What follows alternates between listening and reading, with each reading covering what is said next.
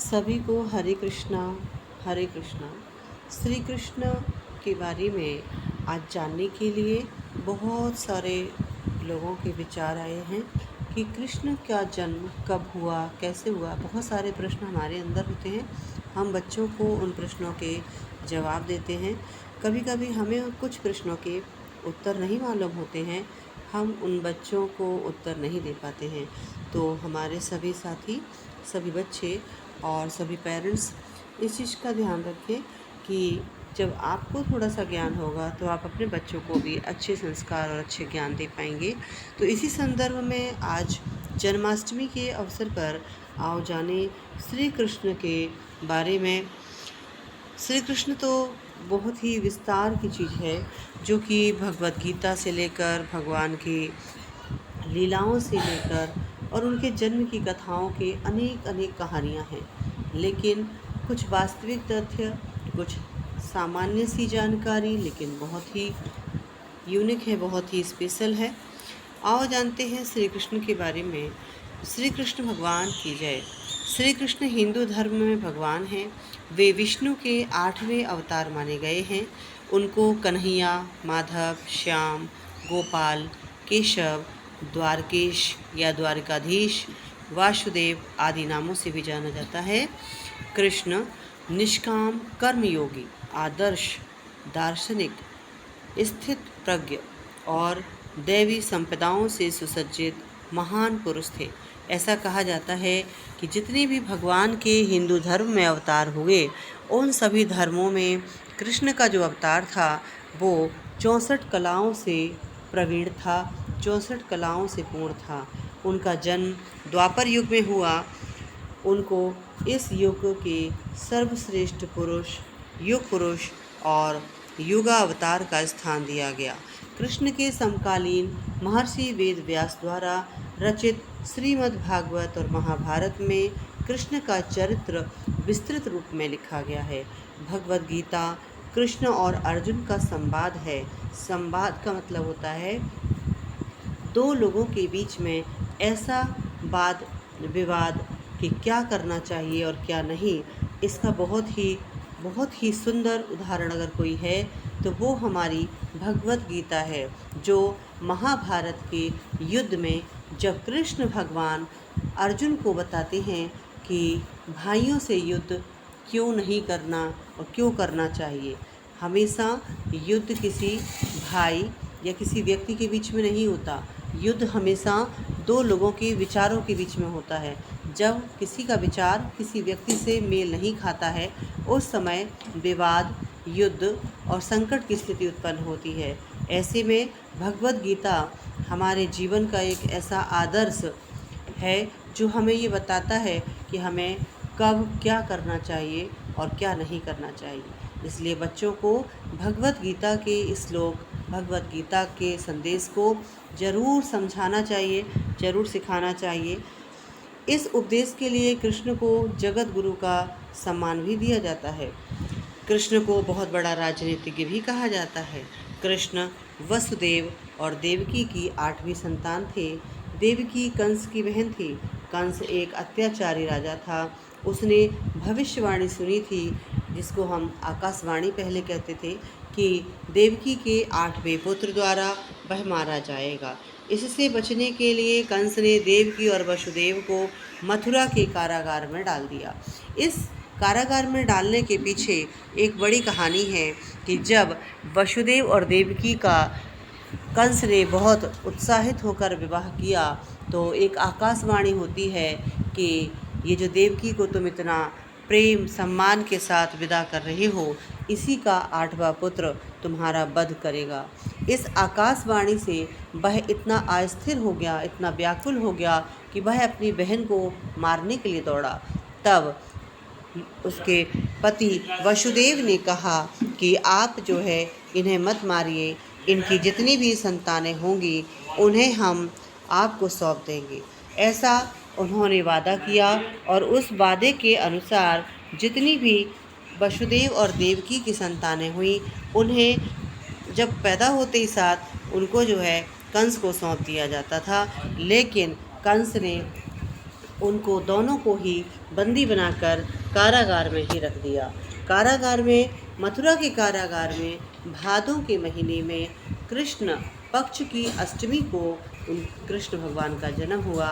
कंस के डर से वसुदेव ने नवजात बालक को रात में ही यमुना पार गोकुल में यशोदा के यहाँ, नंद बाबा के यहाँ छोड़ दिया।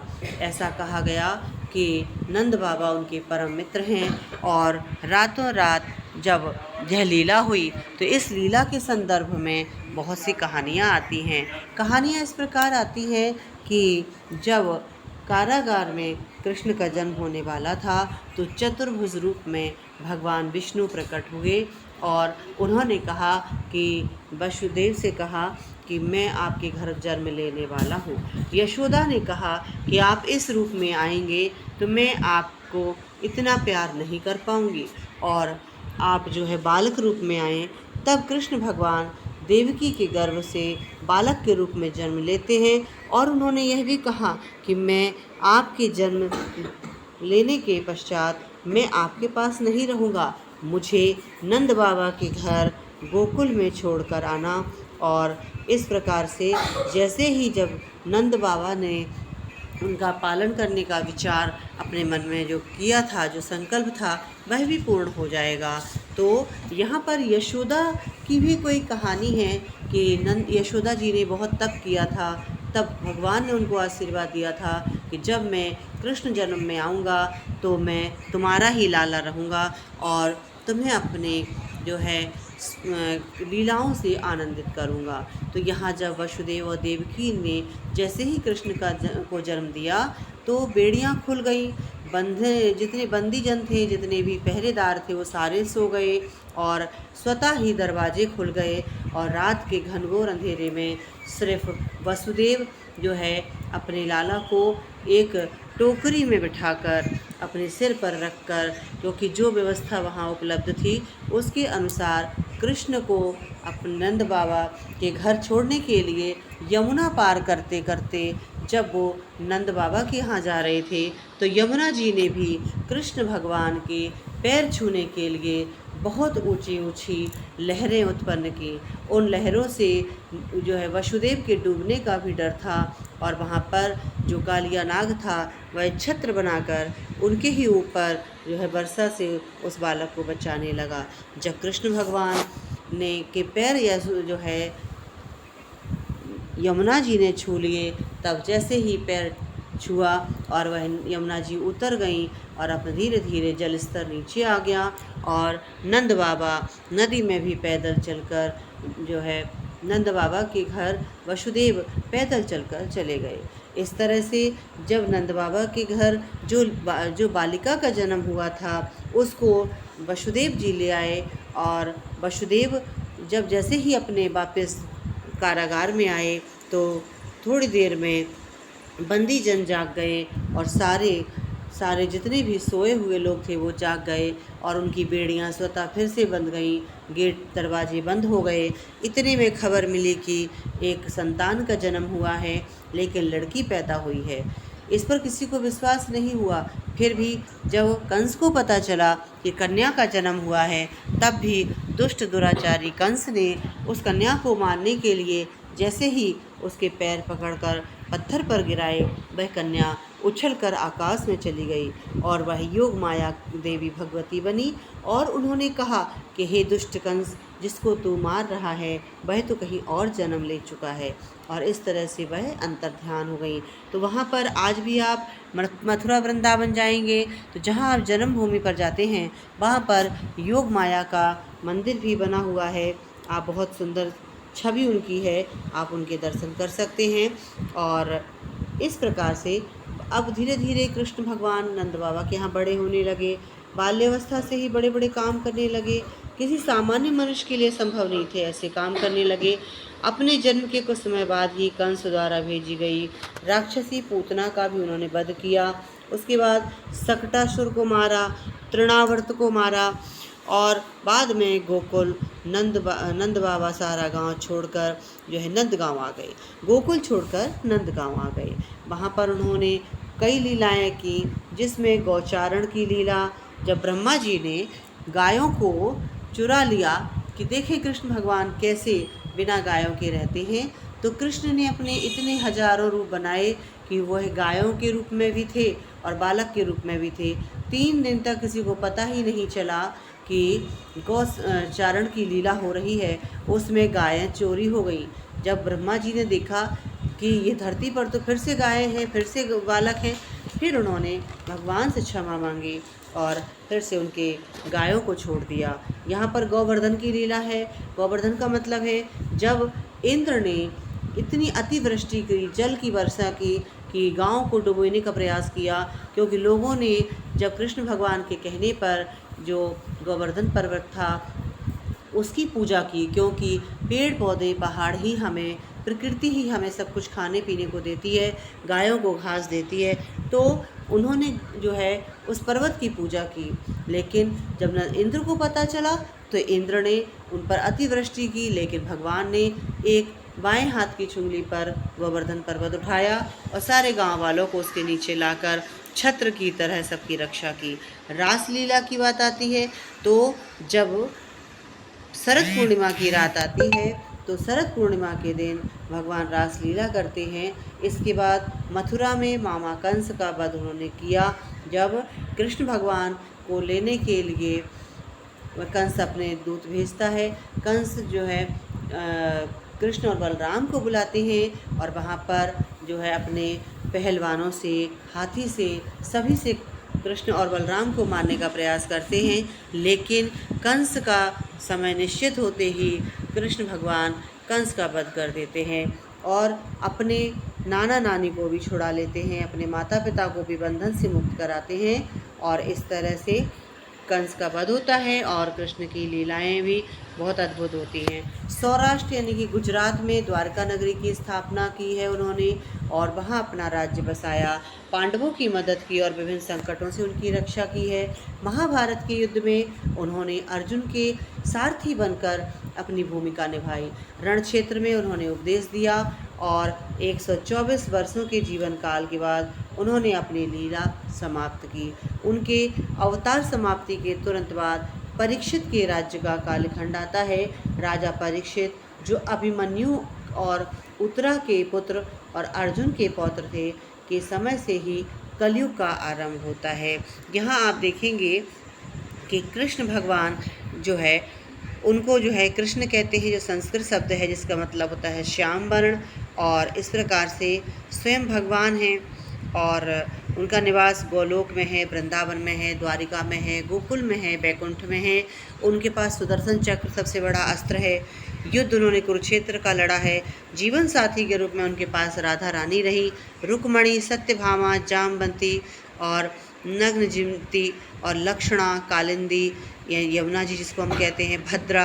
इस तरह से इनके माता पिता देवकी माँ थी और वसुदेव इनके पिता, और माता यशोदा भी रही और नंद बाबा भी इनके पालक रहे। भाई बहनों में इनके बलराम थे, बहन इनकी सुभद्रा थी।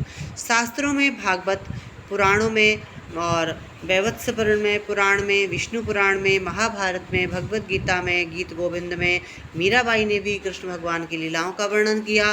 गर्ग संहिता, हरिवंश जो कि भगवान कृष्ण की वंशावली है वह भी है।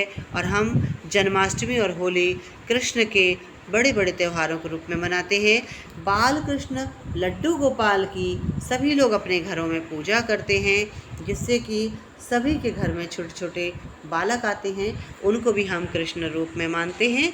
और कृष्ण भारतीय संस्कृति में कई विधाओं का प्रतिनिधित्व करते हैं। विष्णु भगवान काले श्याम वर्ण के हैं और हालांकि बहुत सारी शिलाओं में बहुत सुंदर सुंदर चित्रों में कृष्ण भगवान की अलग अलग मूर्तियां हैं। कृष्ण का जो रूप है उसमें कृष्ण मोर मुकुट पहनते हैं, वैजंती की माला होती है, मुरली लिए हुए हैं और हमेशा थोड़े से त्रिभंग मुद्रा यानी कि टेढ़ी मुद्रा में एक पैर दूसरे पैर के पीछे डालकर रखते हैं। गाय या बछड़ा उनके साथ होता है और वह चरवाहे के रूप में, गोविंद के रूप में प्रतीत होते हैं।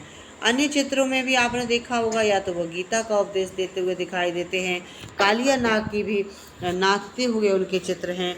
कई जगह कृष्ण भगवान की बहुत सारी सुंदर सुंदर छवियां हैं, लीलाएं हैं।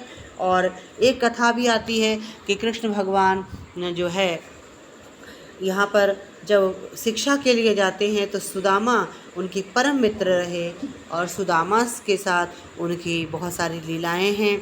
एक सुदामा जी का गीत भी बहुत प्रसिद्ध रहा, अरे द्वारपालो कन्हैया से कहना कि मिलने सुदामा गरीब आ गया है। ये गाना बहुत ही प्रसिद्ध रहा। और इस तरह से आपने आज कृष्ण भगवान के बारे में जाना। और जन्माष्टमी का त्यौहार भी बड़े हर्षोल्लास के साथ लोग घरों में मनाते हैं, बंधनवार लगाते हैं, घरों को शुद्ध पवित्र करते हैं और मंदिर में चौकी सजाकर बहुत सारे ऐसे कार्य करते हैं जिनके कारण लोग त्यौहार को और ज़्यादा उत्साहित होकर मनाते हैं। दूसरा, जो स्त्रियां होती हैं वह व्रत आदि भी करती हैं। चौकी पर कृष्ण गोपाल की मूर्ति कलश स्थापना करके और भगवान के लिए जो जो उनको पसंद है, माखन, मिश्री, फल, दूध, दही सब कुछ रखते हैं, मिष्ठान पकवान रखते हैं। और उनके निमित्त जो है हम बहुत सुंदर सुंदर छवि झांकियाँ भी प्रदर्शित करते हैं। तो सभी बच्चों से यही कहना है, सबसे यही निवेदन है कि जन्माष्टमी का त्यौहार पूरे हर्ष उल्लास के साथ मनाएं और अपने ईश्वर को प्रसन्न करें, ताकि आपके जीवन के सारे संकट दूर हो सकें और कृष्ण भगवान की तरह कर्मयोगी होते हुए आप अपने जीवन को बहुत ही ज़्यादा निष्ठा के साथ, बहुत ही ज़्यादा मेहनत और कर्म के साथ एक सफल जीवन के साथ जिएं। धन्यवाद। हरे कृष्ण।